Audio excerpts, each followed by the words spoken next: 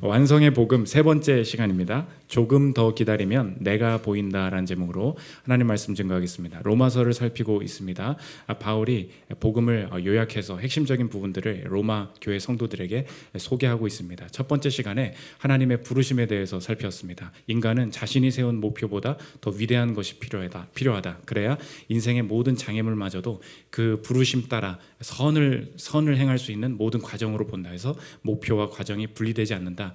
목표 이상의 부르심을 따라가야 된다. 이야기를 드렸었습니다. 그 다음에 필요한 것이 하나님의 의다 말씀을 드렸습니다. 하나님과 관계 맺기 위해서 인간이 창조되었기 때문에 하나님을 떠난 많은 사람들은 자신의 성과와 성취, 누군가한테 인정을 통하여서 내가 괜찮은 존재다 이것을 추구하는 존재라 했습니다. 그래서 하나님 떠나면 다른 곳에서 의를 찾게 되고 다른 곳에서 승인받기로 괜찮은 인생이다 승인받기를 원한다. 그래서 하나님께서 거저 주시는 그 은혜 하나님의 의를 통하여서만 의롭다함을 얻을 수 있다. 사람이 만족할 수 있다. 말씀을 드렸습니다. 그 다음에 이제 2장에 넘어와서 이제 바울이 하는 말이 뭐냐?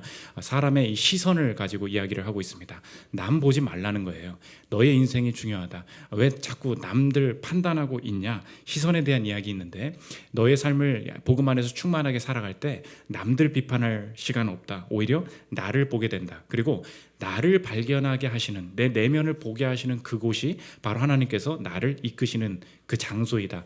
시선을 내면으로 돌리고 남들을 판단하는 모든 시선을 거두게 만드는 시선의 변화를 보여주고 있다는 것입니다. 내가 예수를 믿고 난 다음에 나도 모르게 내 시선이 어떻게 내 내면이 아닌 다른 사람을 향하게 되었는지 그리고 어떻게 내가 이 시선의 회복이 있을 수 있는지 살피는 시간 갖도록 하겠습니다. 세 가지로 나눠 살피겠습니다. 첫째로 살필 것은 시선의 이동입니다. 오늘 로마서 2장을 이해하려면 로마 교회의 구성원들을 이해해야 그래서 이 말을 쓰고 있구나 이게 되는데 로마 교회에 핍박이 있었습니다. 로마의 4대 황제였던 클라우디우스라는 황제가 있었습니다. 이 사람들이 로마 교회에 있었던 유대인들을 다 내쫓는 일이 벌어졌어요. 왜 내쫓았냐? 시끄러워가지고.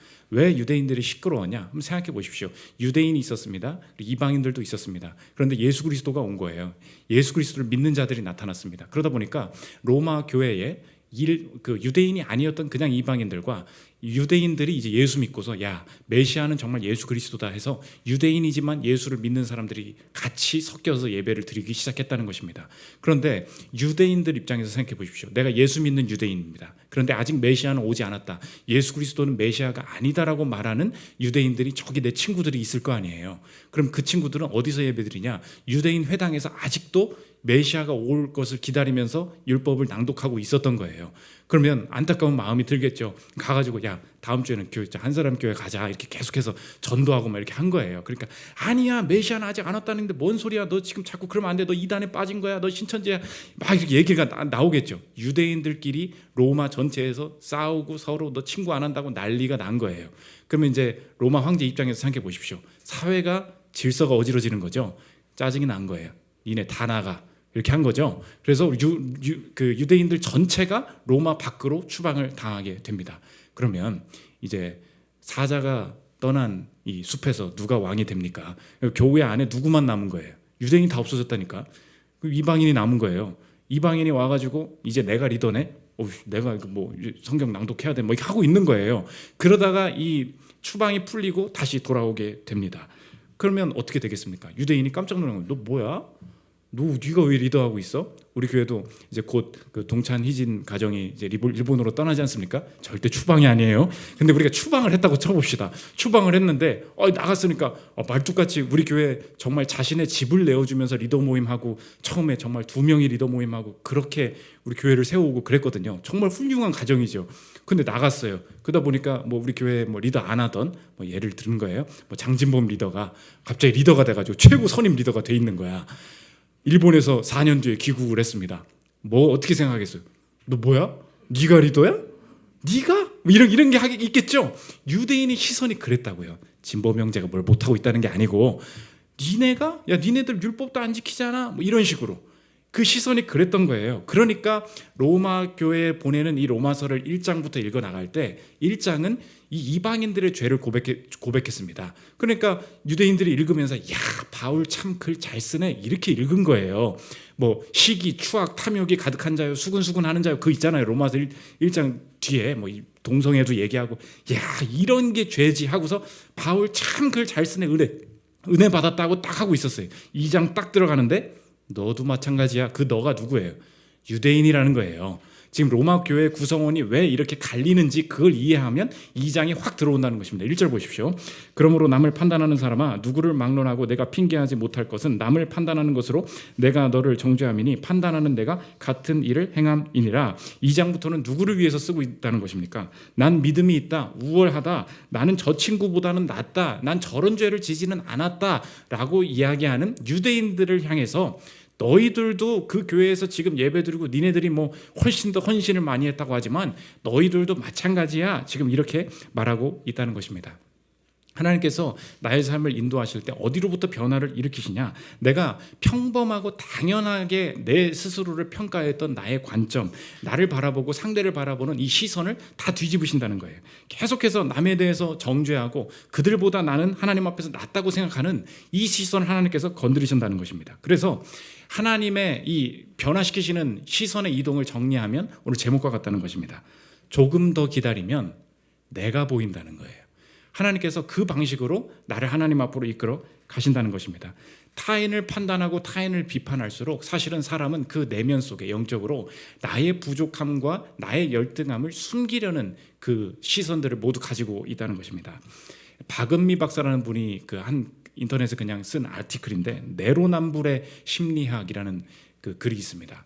그 글의 주제가 뭐냐? 스포츠 약물을 사용해서 이렇게 나쁜 짓을 한 스포츠 선수들을 비난하는 얘기예요. 우리 최근에도 고기를 좋아하시는 어떤 좀 체격이 있으신 어떤 분이 마약으로 이렇게 어려움을 또 겪고 그러지 않으셨습니까? 우리가 막 비난을 합니다. 그런데 그분의 옛날 그 트위터 이런 것들을 보니까 그분이 뭐라 그러냐?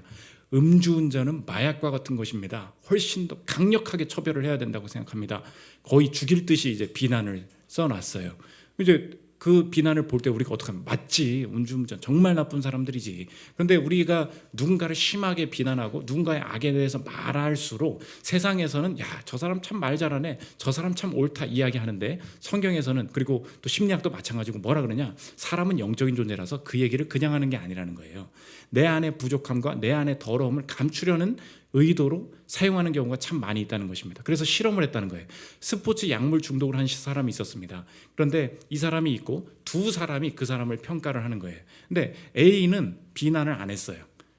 저 사람이 약물 중독을 했구나. 근데 B라는 사람은 야, 어떻게 저런 약을 먹고 스포츠에 나갈 수가 있어? 이렇게 이야기를 했다는 거예요. 많은 사람들 보고 A와 B 중에 누가 더 도덕적으로 훌륭한 사람이라고 생각을 합니까? 그랬더니 결과가 뭐냐? 비난을 하는 사람이 훨씬 더 도덕적으로 탁월한 사람이라고 사람들이 다 느끼더라는 것입니다. 사람이 그러니까 왜 비난을 해요? 올라간다는 거예요. 도덕적으로 훨씬 더 좋은 평가를 받는다는 것입니다. 박은미 박사의 얘기예요. 들어보십시오.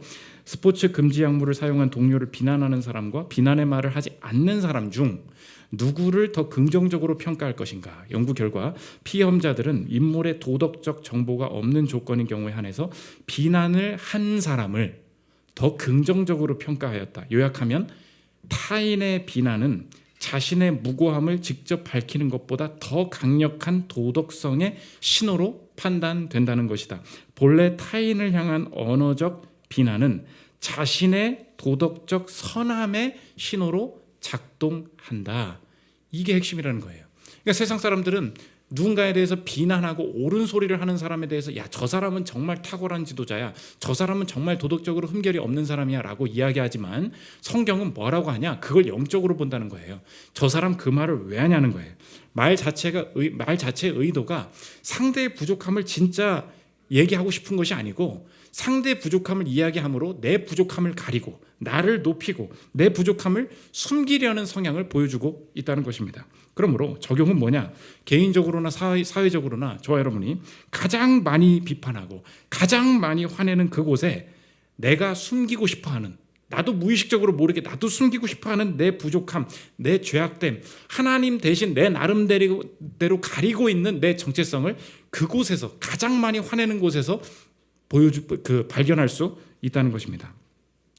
많은 사람들이 부자들이 많다, 부자들이 참 옹졸하다, 부자들이 인색하다 이렇게 비난을 했습니다. 그런데 요즘 한국에서 새롭게 나타나는 현상이 있습니다. 한국의 신도시들, 옛날 신도시들 말고 지금 신흥 신도시들에서 이제 아파트 값을 올려가지고 좀 새롭게 부자가 돼보려는 사람들, 그 단지에서 나타나는 현상이 있다는 거예요. 신축 아파트들의 지금 공통점이 나타나는 게 뭐냐?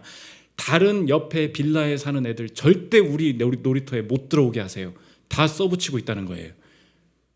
그래가지고 옆에 사는 사람들이 지금 들어오지도 못하고 너 어디 사냐고 아이들한테 물어보고 너 여기 안 사면 나가라고, 이런 일들이 벌어지고 있다는 것입니다.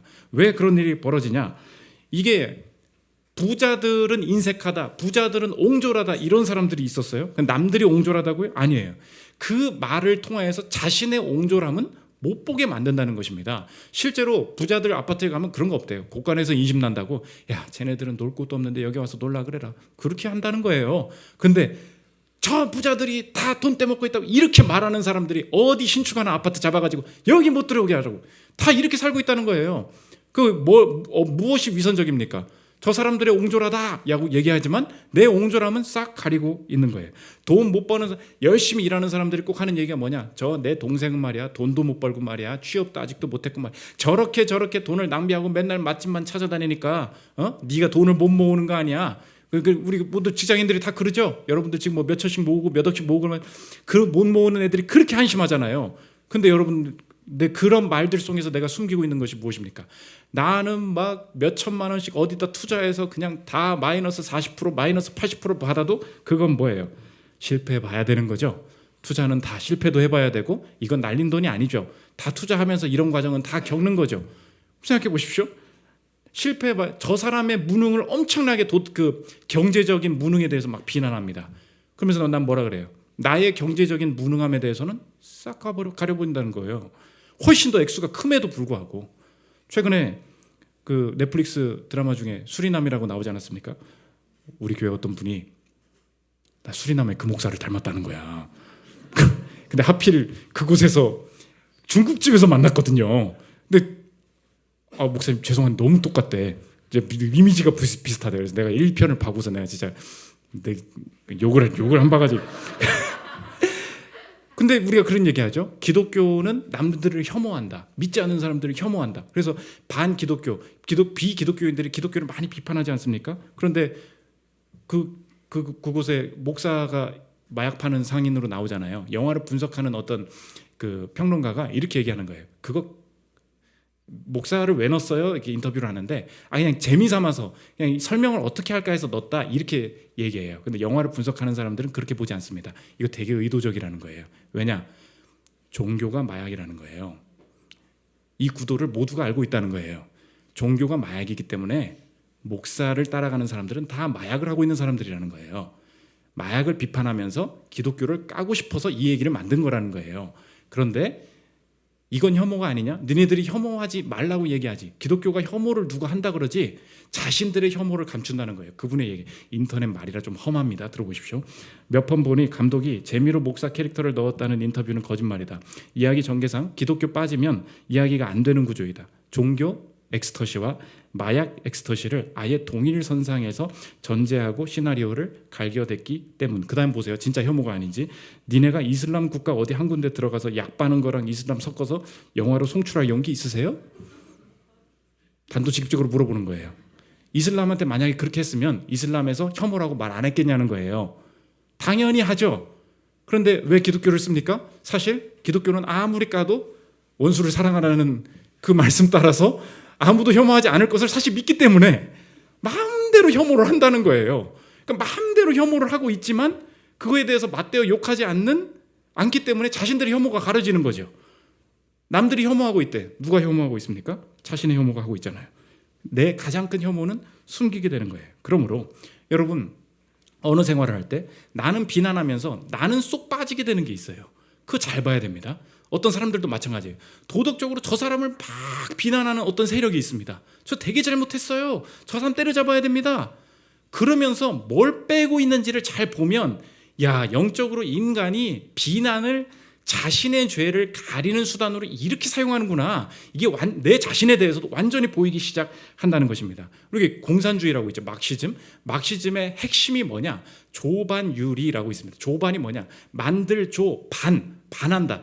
반대를 만드는 것은 유리, 있을 유, 이치가 있다. 언제나 이유가 있습니다. 그러니까 막시즘의 핵심을 모택동이 뭐라 그러냐면 모든 것에 반항해야 된다. 저항해야 된다. 그래서 단결하라. 프로레타리아들이 다 저항해서 다 기존 세력들, 기득권들을 전복시켜야 된다. 이거잖아요. 여기 다 좋은 말일 수 있어요. 빠진 게 무엇입니까? 당은 비판하면 안 된다는 거예요. 그것을 말하는 막시즘 자체는 비판하지 말라는 거예요. 이름이 뭐 어렵던데. 네, 앙드레 글릭스만인가? 앙드레 글릭스만 그분 책에 사상의 거장들이라는 책에 나온 얘기인데 들어보십시오. 막시즘의 수많은 법칙들은 결국 조반유리, 반항하는 것이 옳다라는 한 구절로 요약된다고 모택동은 말했다. 그렇다면 여기에요. 막시즘에 대해 반항하는 것도 옳은가? 이게 돼야 되죠. 만일 아니라면 그 말은 막시즘의 요약이 될 수 없으며 한갓 거짓말일 것이다. 하고 싶은 것을 하라. 그러나 너에게 명령을 내리는 자에게 반항하지는 말라.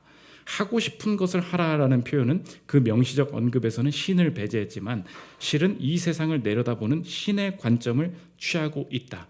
저 사람을 비난하라라고 말할 때 자신은 뭐가 된다는 거예요? 나는 신이 된다는 거예요. 이게 인간의 본능입니다. 이게 죄책감을 가리려는 본능이에요. 여러분 마찬가지입니다. 자꾸 내가 신이 되고 내가 비판받지 않을 방법이 있어요. 여러분이 남을 비난하기 시작하는 거예요.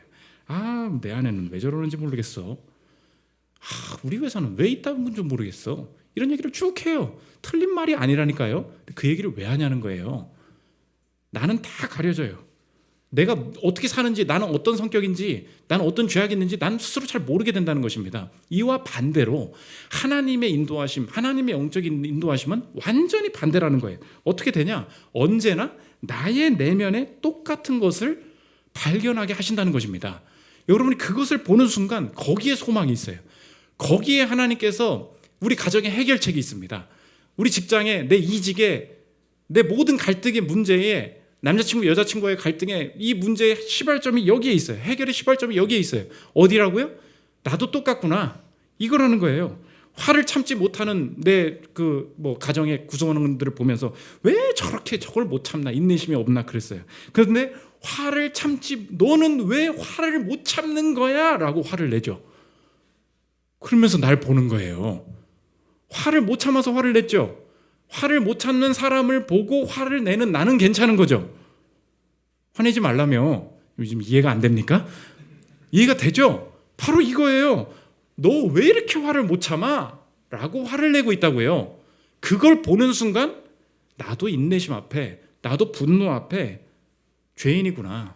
나도 감당해낼 수 없는, 내가 정도껏 얘기할 뿐이지 나도 그 정도를 넘어서면 나도 어쩔 수 없구나. 능력이 부족하다고 무시하는 상사를 진짜 너무 싫어해요.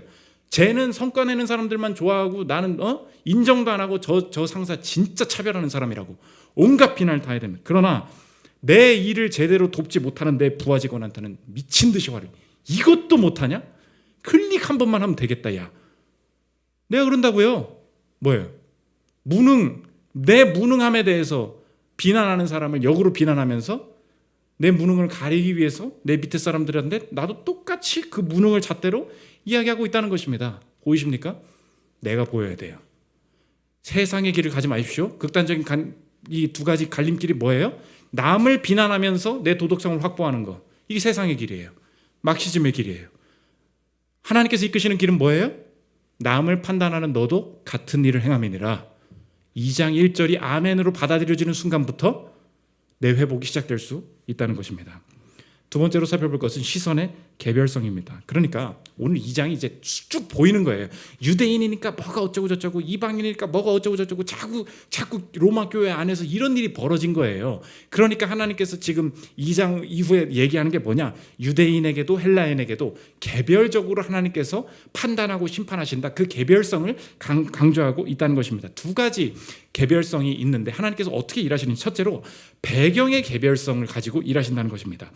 오늘 뒤에 나오는 신학적인 문제 중에 여러분도 가지고 있는 질문이 있죠. 목사님, 예수님을 안 믿고 예수님이 있는지를 모르고 세상을 떠난 사람들은 천국 갈 수 있습니까? 이런 질문들을 하게 되잖아요. 그 뒤에 얘기가 나오는 거예요. 그럼 그 사람들은 예수님을 몰랐다는 이유만으로 그 지옥에 가게 되면 그건 불공평한 거 아닙니까? 이렇게 얘기하는데 성경은 그렇게 말하지 않아요.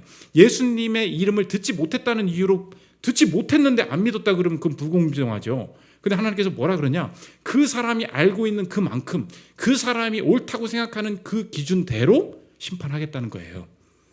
아, 그렇구나. 근데 그게 되겠니? 지금 그 무서운 말을 하고 있다는 것입니다. 12절부터 보십시오. 무릇 율법 없이 범죄한 자는 또한 율법 없이 망하고 무릇 율법이 있고 범죄한 자는 율법으로 말미암아 심판을 받으리라. 다 개별적이라는 거죠. 하나님 앞에서는 율법을 듣는 자가 의인이 아니요 오직 율법을 행하는 자라야 의롭다 하심을 얻으리니 율법 없는 이방인이 본성으로 이 율법의 일을 행할 때에는 이 사람은 율법이 없어도 자기가 자기에게 율법이 되나니. 그러니까 예수님을 전혀 몰라요. 율법도 몰라요. 그럼 그 사람은 하나님께서 어떻게 바라보시냐?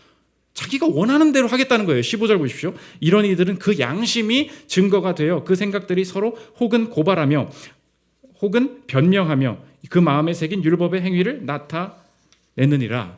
그래서 프란시스 셰퍼라는 이 신학자가 뭐라 그러냐면 모든 사람의 하나님께서 그러니까 그때 당시에는 녹음기를 달아놓으셨다 그랬어요. 하나님이 사람을 어떻게 심판하시느냐? 이 녹음기에 그 사람이 그 스스로 말한 대로 사람은 이렇게 살아야 돼 라고 말한 그대로 하나님께서 심판하시겠다는 거예요. 문제는 그거예요. 예수를 안 믿었어도 좋아요. 그렇게 심판하신대요. 그럼 나만 할 사람이 있겠냐고. 그거예요. 그게 무서운 거예요. 자기 잣대를 가지고 있다고? 나는 명확히 그 기준을 가지고 산다고? 그렇게 해서 구원받을 사람이 누구나 되겠니? 거기에 대해서 지금 매우 부정적이라는 것입니다. 핵심은 뭐냐? 하나님께서는 각 사람의 배경을 고려하셔서 개별적으로 판단하신다는 것입니다. 오늘 율법이 없는 자, 율법이 있는 자 다 하나님께서 개별적으로 다루신다는 거예요. 그게 무섭다는 거예요. 여러분 마찬가지입니다. 네가 모태신앙이었냐? 알았다는 거예요. 네가 늦게 예수를 믿게 되었냐? 오케이. 네가 체력이 약했니? 오케이. 네가 집이 가난했느냐? 오케이. 아버지한테 상처를 받았느냐? 오케이. 지력이 좀 떨어지고 능력이 부족하냐? 다 오케이. 하나님은 어떤 분이시냐? 감안하시는 하나님이에요. 그거 다 알고 계시고 그것 때문에 네가 지력도 없는데 왜 똑똑한 일을 못했니? 그렇게 말씀하시는 분이 아니라는 거예요. 개별적으로 넌 정말 가난하게 자랐구나. 늦게 예수 믿게 됐구나. 다 감안하시고 다 알고 계신 분이 된다는 것입니다. 감안하신다는 말은 뭐냐? 반대로 얘기하면 내게 핑계댈 거리가 없다는 것입니다. 유대인한테 그러니까 21절부터 지금 막 얘기하는 거예요. 들어보십시오. 그러면 다른 사람을 가르치는 내가 내 자신은 가르치지 아니하느냐? 도둑질하지 말라 선포하는 내가 도둑질하느냐? 가늠하지 말라 말하는 내가 가늠하느냐? 우상을 가증히 여기는 내가 신전 물건을 도둑질하느냐? 유대인 너 이방인들 보면서 비교하지 마. 그 얘기예요. 이방인들이 뭐를 옛날 저 교회에 있는 이방 성도들이 제가 동성애를 했었고 제 탐욕스러웠고 제가 막 부모를 거역했고 이랬대요 하면서 지금 놀고 있는 거예요. 유대인들이 지금 뭐라는 거예요? 너는 이걸 다 알고 있잖아. 알면 지켜야지. 넌 이걸 가지고 개별적으로 하나님께서 바라보시게 된다는 것입니다. 그런데 아직도 남으로 시선을 향하면서 내 자신을 가리고 있죠. 우리에게 적용하면 이것입니다. 하나님께서는 비교와 핑계를 통하여서 일하시지 않고 성실을 통해서 일하신다는 거예요. 더 적용하면 여러분의 언어를 한번 생각해 보십시오. 상태와 상황을 묘사하려는 언어가 많은지 아니면 하나님이 원하시는 일이 무엇인가 이 언어가 많은지. 상태와 상황을 묘사하면 안 되고요. 원하시는 일을 행하려고 해야 된다는 것입니다. 여러분 언어를 한번 생각해 보십시오. 우리 회사는 이런 것 같아. 그냥 평범하게 하는 얘기 있죠. 다 뭐예요? 배경을 얘기하는 거예요. 내 상황을 얘기하는 거예요. 우리 목사님 좀 그런 것 같아. 사장님 성격이 말이야. 별로야. 뭐 이런 얘기 하죠. 내 아내는 말이야. 이러고 우리 사위는 이런 것 같아. 우리 며느리는 이런 것 같아. 지금 하는 얘기들이 다 뭐예요? 배경 묘사예요. 상황 묘사예요. 근데 하나님께서 원하시는 건 뭐냐? 배경은 개별적이라니까요. 거기서 내게 주신 성실, 배경에 따라서 심판하지 않으시고 배경에 따른 인도하심은 하나님께만 있다는 것입니다. 이 배경을 통해서 어떻게 일하실지 몰라요. 그 상사가 급여 안 올려준 거 알아요. 하나님이 아신다고. 근데 그 말을 하는 데에 하나님의 목적이 있지 않다고요. 그 상황 속에서 원하시는 일이 무엇인가 그거 하면 된다는 것입니다. 제가 배경에 대해서 이렇게 개별적으로 바라보게 됐던 게 어떤 분이 여기서 보면은 잘은 안 보여요. 근데 조는 사람은 잘 보여요. 설교자가 꼭 그래요. 근데 어느 순간 이제 말씀을 듣는데 이렇게 뭐 누가 이렇게 말씀이 잘 안 들리면 처음에 좀 졸고도 그러지 그러지 않겠습니까? 그러니까 이제 뭐 여러 사람이 조는 거예요. 근데 뭐 가끔 이렇게 이게 지금 비난이 아닙니다. 이게 비난이 될 것 같은데 비난이 아니고 왜 이렇게 졸아요? 이게 어떤 성도도 졸고 이렇게 졸아. 근데 제가 어느 순간 그게 너무 재밌고 감사한 거예요. 진심입니다. 진심으로. 왜 그런지 아십니까? 그 사람이 어디서 왔는지가 내가 그때 깨닫게 된 거야. 우리 교회 나경수 집사님 가끔 졸거든요. 근데 제 김포를 갔어. 여기서 매주 온다고? 말이 안 나오는 거야. 그러니까 뭐 우리 안양에서도 오늘 새로 오신 분이 진접에서 왔거든요. 진접이 어딘지 아세요? 그 4호선 맨 끝에 당고개가 있죠. 이제 당고개가 끝이 아니야. 진접이 끝이에요. 거기서 왔어. 그러면은 제가 그때 어느 순간 누가 자고 있는데 마음속에 설교 중에 어떤 마음이 드냐면 저들은 지금 자면서 영광을 돌리고 있느니라. 너무 사랑스러운 거예요. 진짜 진심입니다. 그러니까 그냥 내 잣대로 판단하면 예배 시간에 와서 줘라? 어이구, 네가 하나님 복 주시나 보자. 아주 이거죠. 남을 판단하는 내가 같은 일을 행하면 너는 낙성대 살면서 설교 준비를 곧다이밖에 못했냐? 이게 소리가 들린 거예요. 그렇죠. 자고 있는 것 자체가 정죄의 대상. 내 핑계. 나는 그나마 낫지. 목사 훨씬 내가 영성이 좋은 거지. 이 얘기 하는데 남 조는 거 가지고 사용할 거면 하나님께서 그렇게 보지 않으신다는 것입니다. 너나 잘해 그거예요. 여러분 그래서 자꾸 옆 사람은 존다고 자꾸 툭툭 치지 말아요. 그냥 숙면을 취하다 보면 하나님 영광 돌리고 있는 여기 와서 앉아 있는 게 어딥니까? 그렇지 않아요? 그거예요. 배경은 개별적이다. 그렇다고 자꾸 졸지 말고요. 두 번째, 증거의 개별성입니다. 배경이 제각각이었기 때문에 하나님께서 주시는 그 사람에게 내가 너를 이끈다, 내가 너를 사랑한다, 내가 너를 붙들고 있다라고 하나님께서 느끼게 하시는 그 증거도 다 제각각이라는 거예요. 오늘 신학적으로 좀 문제가 있는 이 본문, 궁금할 수 있는 본문이 있는데 하나님이 예수 믿어야 구원받는다고 말씀해놓고서 로마서의 핵심이 뭐예요? 이신칭의 믿음으로 말미암아 살리라 그거잖아요. 근데 오늘 본문 쭉 읽어봐요. 네가 행한 대로 갚아줘. 행위로 구원받는다 막 얘기 나오는 거예요. 6절부터 한번 보십시오. 하나님께서 각 사람의 그 행한 대로 보응하시되 악을 행하는 각 사람의 영에는 환난과 공고가 있으리니 먼저는 유대인에게요 그리고 헬라인에게며 선을 행하는 각 사람에게는 영광과 존귀와 평강이 있으리니 먼저는 유대인에게요 그리고 헬라인에게라. 이는 하나님께서 외모로 사람을 취하지 아니하심이라. 계속 띄워주십시오. 이제 왜 외모로 사람을 취하지 않는다. 헬라인, 유대인 각각 각 사람의 영에는 이게 왜 나오는지 알겠죠. 로마 교회 구성원들이 다 그랬다고요. 유대인이기 때문에 괜찮아 뭐 이런 식으로 생각하니까 아니야. 개별적으로 하나님께서 다 일하시는 거지. 근데 오늘 본문의 핵심이 무엇입니까? 행위대로 구원받는다는 느낌이 드는 거예요. 우리가 지금 이 말을 읽고서 좀 이상하죠. 그럼 나는 악을 행했는데 각 사람의 영에는 환난과 공고가 있을 거다. 이거 도대체 어떻게 해석을 해야 되느냐.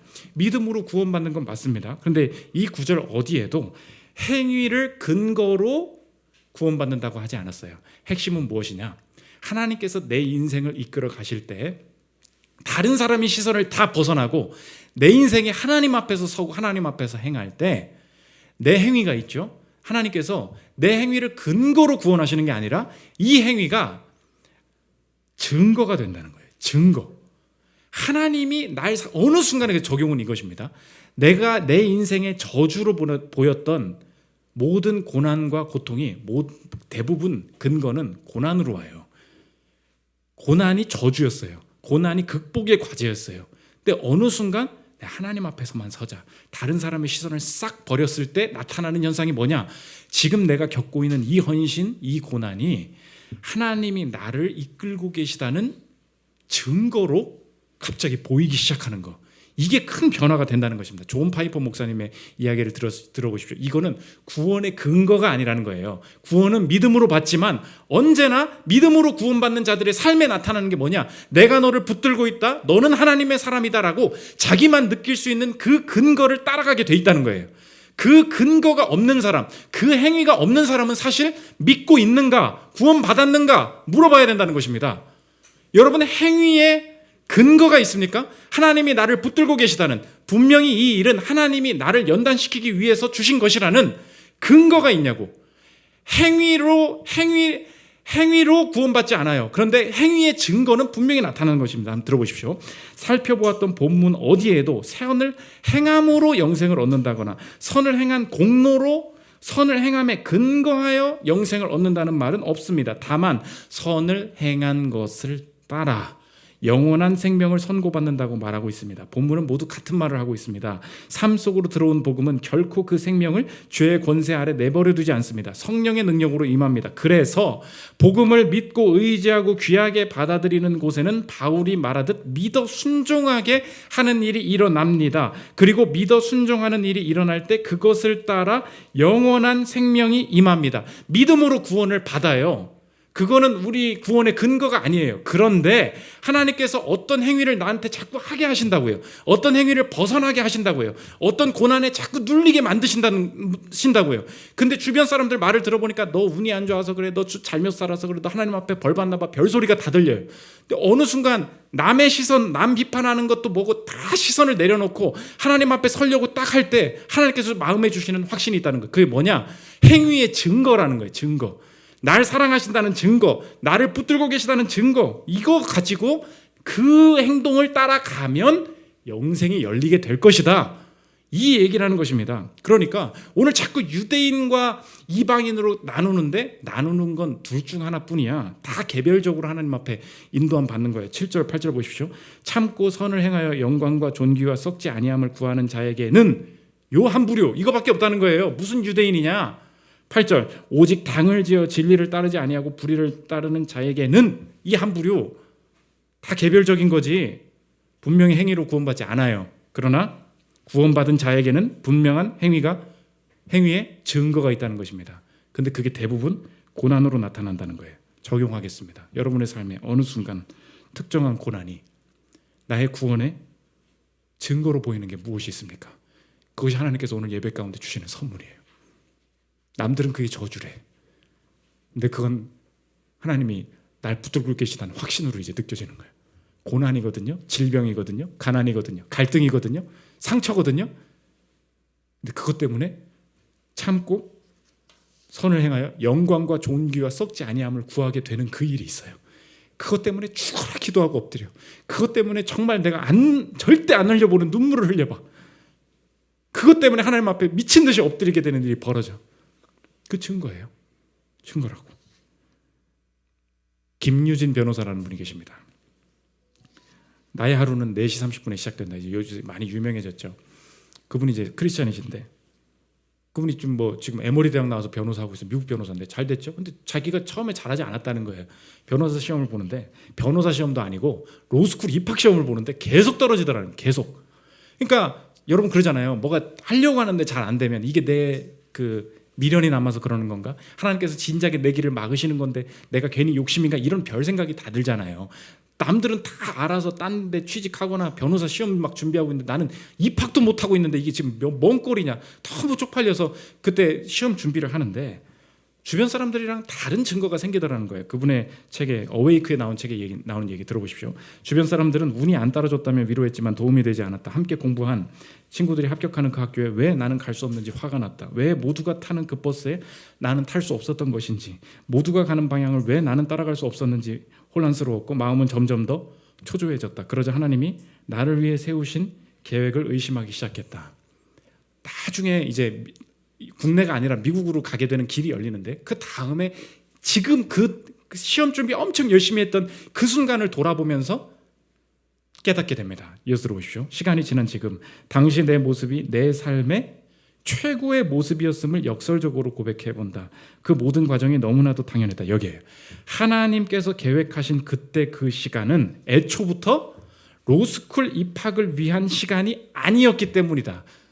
다른 증거를 주셨다는 거예요. 하나님은 완전히 그분의 목소리에만 집중하는 방법을 알려주고 계셨다. 이때 나는 처음으로 세상적 기준을 차단하는 방법을 터득했다. 하나님은 그런 상황을 통해 세상 기준에 맞춰 억지로 충족한 일보다 하나님과 함께 이뤄낸 일들이 훨씬 의미 있음을 가르쳐주고 계셨던 것이다. 이것은 오로지 과정을 통해서만 알 수 있는 중요한 레슨이었다. 이 김유진 변호사에게 그 시간은 어떤 시간입니까? 로스쿨 준비하는 시간이 아니고 증거의 시간이었다는 거예요. 주님이 나를 붙들고 계시구나. 주님만 있으면 되는구나. 그분이 나를 여전히 사랑하고 계시는구나. 여러분, 행위에 증거가 있습니까? 그게 없으면 정말 구원받지 않은 것인지 몰라요. 행위로 구원받지 않습니다.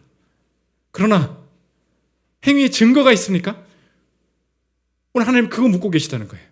마지막 세 번째, 시선의 완성입니다. 복음의 위대함이 뭐냐? 오늘 남들 보고 비판하는 시선이 어디로 갔어요? 남으로 갔죠. 근데 세상은 어디까지 가요? 너나 잘해 임마, 내로남불. 이거 어디로 가요? 시선이 나한테로 오죠. 문제는 뭐예요? 진짜 내가 악함 투성이거든. 나도 똑같거든. 세상의 시선은 여기서 멈춘다는 거예요. 너나 잘해. 내가 잘 못하겠거든. 안 되잖아요. 난 가능성이 없는 것인가? 복음은 시선을 어디까지 끌고 가냐? 남을 바라보던 내 시선을 나로 바라보게 만들어요. 절망이죠. 근데 시선을 거기서 안 멈춘다는 거예요. 어디로 끌고 갑니까? 십자가 바라보라는 거예요. 시선이 거기까지. 너 돌려봐야 소용없어. 너나 잘해. 너 못하잖아. 어디로 가요? 십자가 보라는 거예요. 괜찮다는 거예요. 골로새서 2장 14절 보십시오. 우리를 거스르고 불리하게 하는 법조문으로 쓴 증서를 지우시고 자여 버리사 십자가에 못 박으시고. 너나 잘해. 이거 잘 안 되잖아요. 근데 그분 앞에서는 이 증서가 지워졌어요. 유대인들이 자유함을 느꼈던 게 그거예요. 다 알수록, 더 많이 배웠을수록 더 많이 행해야 되는데 그게 안 되는 거예요. 그러니까 죄책감을 더 크게 느끼잖아. 이 법조문이 유대인들한테는 엄청난 굴레였다고. 근데 예수님 앞에서는 가리지 않아도 되는 거예요. 거기까지 보게 만들 때 부족함에도 불구하고 일어서고, 내 배경이 안 좋아도 하나님 앞에 선을 행하는 그 열정이 다시 사람들이 타올라게 됐다는 것입니다. 내가 어떻게 힘을 얻을 수 있냐? 나보다 배경 안 좋으신 분이 계세요. 예수님이 우리에게 구원을 주실 때 예수님의 배경은 무엇입니까? 죽음이에요. 죽음. 죽는 게 배경이라고. 십자가가 배경입니다. 그의 인생 배경이 무엇입니까? 혐오였습니다. 혐오. 쟨 죽어야 되는 놈이야. 혼자 신성모독하고 있어. 이게 배경이었다고요. 그런데 아버지가 나를 사랑하신다. 이 잔을 내게서 옮기시옵소서. 그러나 나의 원대로 마시옵고 아버지 뜻대로 하옵소서. 하나님께서 유일하게 아버지가 나를 사랑하신다는 그 증거 하나 붙들고 십자가로 뛰어들 때 여러분을 불리하게 만드는 법조문이 다 지워진 거 아닙니까? 여러분, 그것을, 그 사랑을, 그 행위를 근거로 구원받았음을 믿으십니까? 그렇다면 그 사랑 속에 내 삶에 주시는 이제 나머지 상황도 이제 다시 해석되는 거예요. 아, 주님, 이제 내 배경은 핑계가 되지 않고 내가 처한 상황에서 개별적으로 영광 돌릴 수 있는 독특한 기회가 되는 줄 믿겠습니다. 자꾸 상황을 묘사하지 않고 원하시는 일, 유대인으로서, 이방인으로서 행하기를 원합니다. 그리고 내 상황은 하나님, 내 상황 이거 절대 저주가 아니고 어느 순간 주님께서 나를 붙들고 계시는구나 라는 그 증거인지만 확인하겠습니다. 그 마음만 내 안에 강하게 있다면은 어떤 질병이 와도, 어떤 가난이 있어도 분명히 주님께서 내 삶을 통하여서 영광 받으실 것을 내가 믿습니다. 타인을 비난하면서 내 우월함을 찾으려고 했던 유대인으로서의 내 죄악을 주님께서 사해 주시고 오직 주님 앞에만 내 벌거벗은 마음을 드리오니 날 용서하시고 날 자녀 삼아 주옵소서. 이 자유의 삶, 저 여러분들 함께 누리고 영광 돌리시기를 축원합니다. 우리 일상 찬양하고 기도한 시간 하도록 하겠습니다.